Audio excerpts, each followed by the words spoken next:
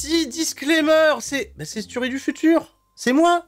Bah oui, j'ai des lunettes. Les lunettes du futur, parce que voilà, le Stury qui va s'adresser à vous dans un tout petit instant, c'est un Stury qui a été enregistré le jeudi 18 novembre. Et il est pas au courant de ce qui s'est passé dans la nuit du 18 novembre au vendredi 19 novembre. À savoir, les 8 nouveaux cas de licenciement du côté de WWE. Donc il y a une vidéo qui est sortie un petit peu plus tôt sur la chaîne, que je vous invite bien entendu à aller voir. Et là, il va commencer sa vidéo en faisant une grosse tête de méchant, parce qu'il est pas content, parce que les Survivor Series, c'est buildé avec le cul, voilà. Donc je vous laisse en sa compagnie, et passez un bon moment. C'était Stury du futur. Mettez des pouces bleus, les lunettes. Pensez, les lunettes.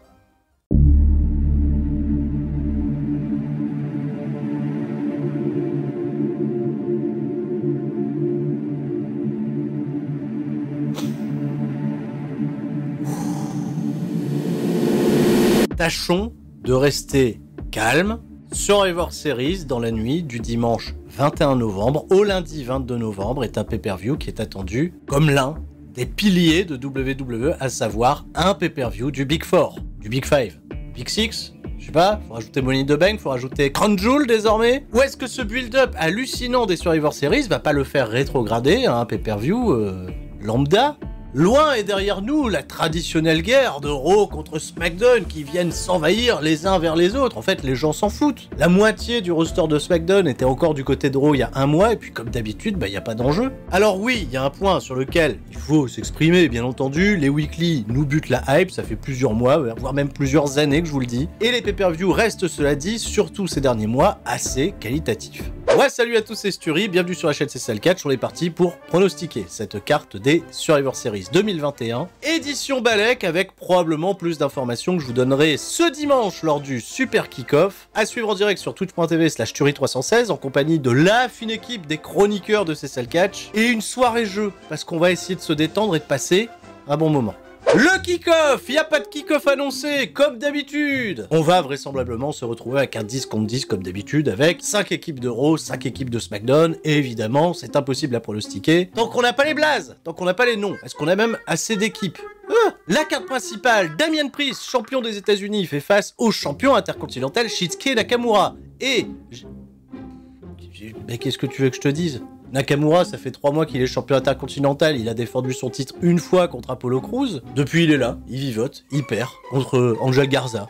Oui, il est là. Et Damian Priest, c'est très bien, ça fait 3 semaines qu'il n'est pas apparu sur un weekly. Après, cela dit, un match plutôt très convaincant contre T-Bar, qu'on n'a pas revu lui aussi depuis. Alors comment pronostiquer ça? On va mettre une pièce sur la superstar d'avenir.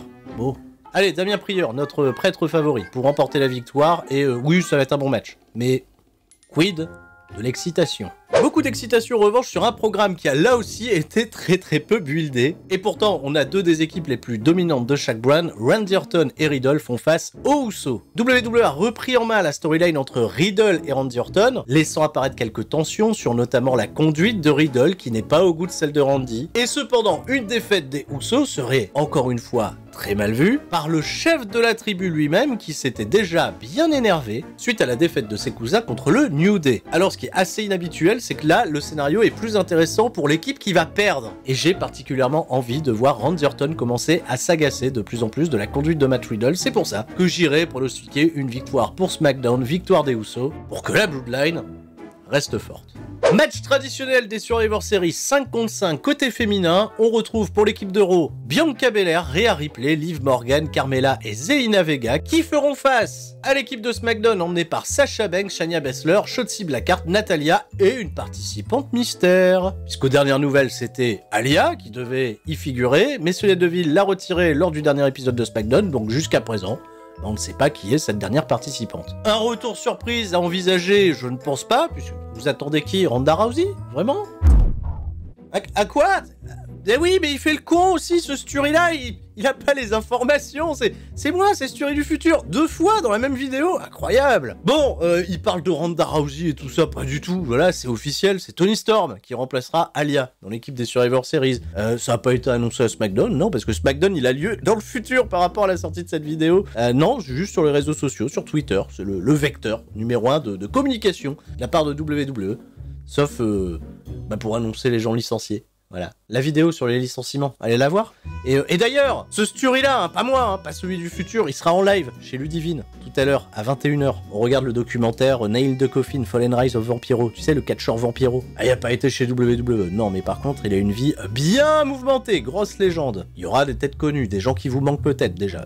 John Morrison, il est dedans. Ou Karrion Cross. C'est chez Ludivine, voilà, le lien dans la description, il s'affiche à l'écran. C'est incroyable, hein, c'est Sturi du futur. Les lunettes, bon, je le laisse finir avec ces Survivor Series. Sur le papier, l'équipe de Raw paraît quand même un peu plus solide, notamment grâce aux présences de Bianca Belair et de Rhea Ripley. Il sera, cela dit, assez intéressant de voir comment vont-elles pouvoir coexister avec une Rhea Ripley, notamment en pleine rivalité avec Zelina Vega et Carmella. Évidemment qu'il devrait y avoir des gens un peu protégés. Pronostic, cela dit, restons sur une victoire de Raw pour continuer d'équilibrer un petit peu les forces. D'ailleurs, qui va gagner à la fin, Raw ou SmackDown? Ah, on s'en bat les couilles, on s'en bat les couilles. Restons au sein de la division féminine avec certainement l'un des programmes les mieux construits, que ce soit volontaire ou non, worké, pas worké, la situation assez étonnante qui entoure Becky Lynch et Charlotte Flair, les championnes respectives des deux branches, avec une Charlotte Flair qui représente bien entendu SmackDown et Becky Lynch qui représente Monday Night Raw, depuis à peine un mois. Depuis ce fameux incident à l'écran, l'incident de la ceinture qui avait conduit Charlotte Flair à piquer une colère backstage. Et ça c'est hors kayfabe, il faudrait normalement pas être au courant. L'amitié entre ces deux superstars semble être totalement terminée, et leur récente déclaration, que ce soit dans le ring ou dans les médias, laisse supposer à une rencontre totalement épicée. Un gros duel d'ego entre certainement deux des meilleures catcheuses actuelles du roster de WWE. Pour Charlotte Flair, c'est assez indéniable. Et Becky Lynch a montré un niveau de forme plutôt satisfaisant depuis son retour. Je m'attends sincèrement à ce que les deux superstars nous racontent un nouveau récit plutôt épique dans leur série d'affrontements totalement acharnés, et certainement une des raisons principales pour ne pas louper les Survivor Series ce week-end.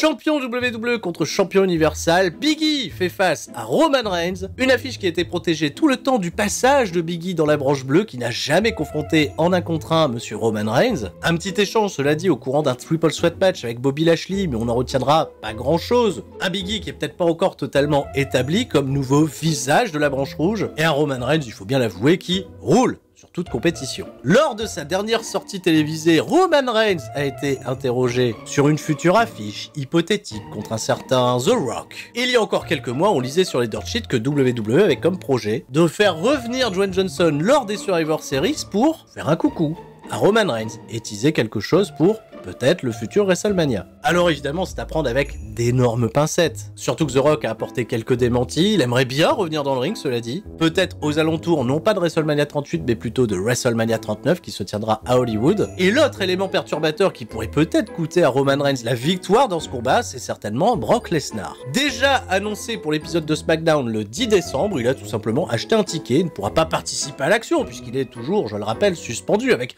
$1 million d'amende. Et là, cela dit quand même, acheter son ticket. Il sera au premier rang. Alors on peut s'imaginer un scénario où Lesnar pourrait venir coûter la victoire à Roman Reigns et donner une précieuse victoire à Big E qui pourrait le conforter comme la superstar établie et un véritable champion leader pour la branche rouge. Et puis s'il y a un match que Roman Reigns peut perdre où son titre n'est pas en jeu, ben c'est peut-être celui-ci. Alors bon, petit pronostic assez osé, j'irai sur la victoire de Big E. Enfin, et oui, c'est déjà la fin, le 5 contre 5 traditionnel masculin des Survivor Series, la Team Raw contre la Team SmackDown, avec une équipe de Raw qui a été remaniée au courant de ces derniers épisodes, tellement remaniée que même mon visuel est pas à jour, Rey Mysterio il est plus dedans. À la place, c'est Austin Theory qui fait équipe avec Bobby Lashley, Kevin Owens, Finn Balor et Seth Rollins. Face à eux, l'équipe de SmackDown qui, au moment où je vous parle, est toujours incomplète, emmenée par notre kebabier préféré Drew McIntyre, Jeff Hardy, Joyeux Corbin qui sera accompagné de Joyeux Copain, le Roi des Bois, et bien on sait pas qui. C'était Sami Zayn encore aux dernières nouvelles, il y a un spot qui est vacant, et là en effet on pourrait supposer à,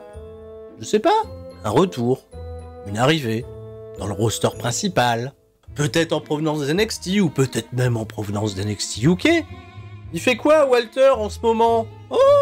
Bon, oui, peut-être, je fabule, mais il va falloir trouver aussi une manière de retarder l'échéance pour Drew McIntyre, qui, on le sait, l'aspirant désigné par défaut pour prendre en chasse Roman Reigns à un moment ou un autre, alors autant l'occuper avec quelqu'un de nouveau, et pourquoi pas Walter, pour une petite pige, pour la déconne. Certes, ça ne reste que spéculation. Évidemment, l'épisode de SmackDown va peut-être nous révéler la participation d'un autre membre dans cette fameuse équipe, mais quoi qu'il en soit, Raw sur le papier, ça a quand même pas mal de gueule. Notamment avec un Seth Rollins qui est désormais l'aspirant numéro 1 au championnat de Big E qui pourra se vanter d'un grand exploit s'il parvient à mener les siens jusqu'à la victoire. J'irai donc pronostiquer une victoire de Monday Night Raw. Et voilà, c'est terminé. J'en ai déjà fini avec la carte des Survivor Series. Je suis resté calme, t'as vu? Je suis resté calme. Je l'ai dit en début de vidéo, le coup de gueule, il est particulièrement, une fois de plus, sur ces weekly. Sur la construction et la hype que pourrait nous donner ce pay-per-view. Et évidemment, le catch, l'action dans le ring. Et c'est bizarre que le catch, encore une fois, soit le vilain mot pour WWE, sachant que la plupart de leurs talents sont absolument exceptionnels. Voilà,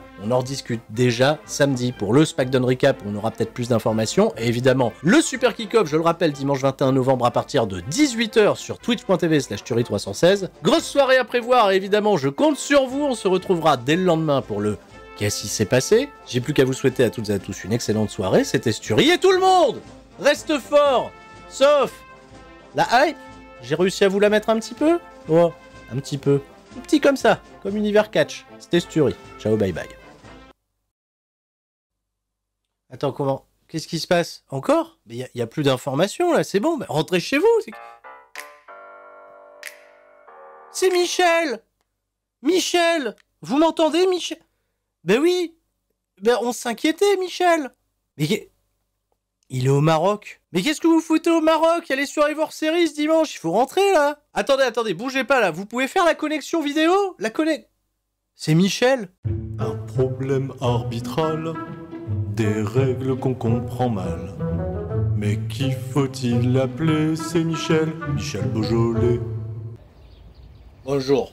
Je m'appelle Michel Beaujolais, arbitre international à la WWE, rôle assistant surveillance arbitre Lavar. Vous voyez, là, j'étais pas là depuis 30 jours et c'était le bordel. Et non, pour faire taire une rumeur à mon sujet, je n'ai pas du tout été licencié. J'ai pris un petit congé annuel pour visiter l'Arabie Saoudite, où j'ai pu vous rapporter une magnifique race de dromadaires. Oui, parce que c'est un dromadaire, c'est pas un chameau, là, comme il raconte la Tuerie, là, sur ses vidéos, là, c'est rien à voir. Ça a une bosse. Tiens, calmez, hein. Hâte, reviens ici, viens ici. Je suis donc arrêté ici, au Maroc, avec des amis avec qui je commerce de temps à autre, car impossible pour moi de retourner aux États-Unis avec le dromadaire. Alors, je vous annonce que je mets en vente le dromadaire. Il est gentil, mais il est un peu malade, figurez-vous. Il a mangé du papier. Il lui fait manger du papier en Arabie Saoudite. Ils n'ont pas compris, ça se nourrit pas le papier. Alors contactez-moi et peut-être à très bientôt pour des nouvelles aventures arbitrales sur cette belle chaîne C'est ça le catch. Paraît-il même qu'un t-shirt serait en cours d'élaboration à mon effigie à venir dans la boutique. Et je lis tous vos commentaires et je sais que pendant un court moment, eh bien, je vous ai manqué. Eh bien, moi je vous connais pas là, c'est qui Ils m'appellent jamais les jeunes de la chaîne, c'est ça cache. Toujours les autres là qui m'appellent. Michel Beaujolais, arbitre international, bonne Survivor Series, et bravo la WWE. Et Chameau là, hein? Non, c'est un dromadaire, mais je l'ai appelé Chameau. Parce qu'il a un sacré caractère. Voilà. Fini la vidéo là? Il est encore là le type avec les lunettes bizarres là, oh!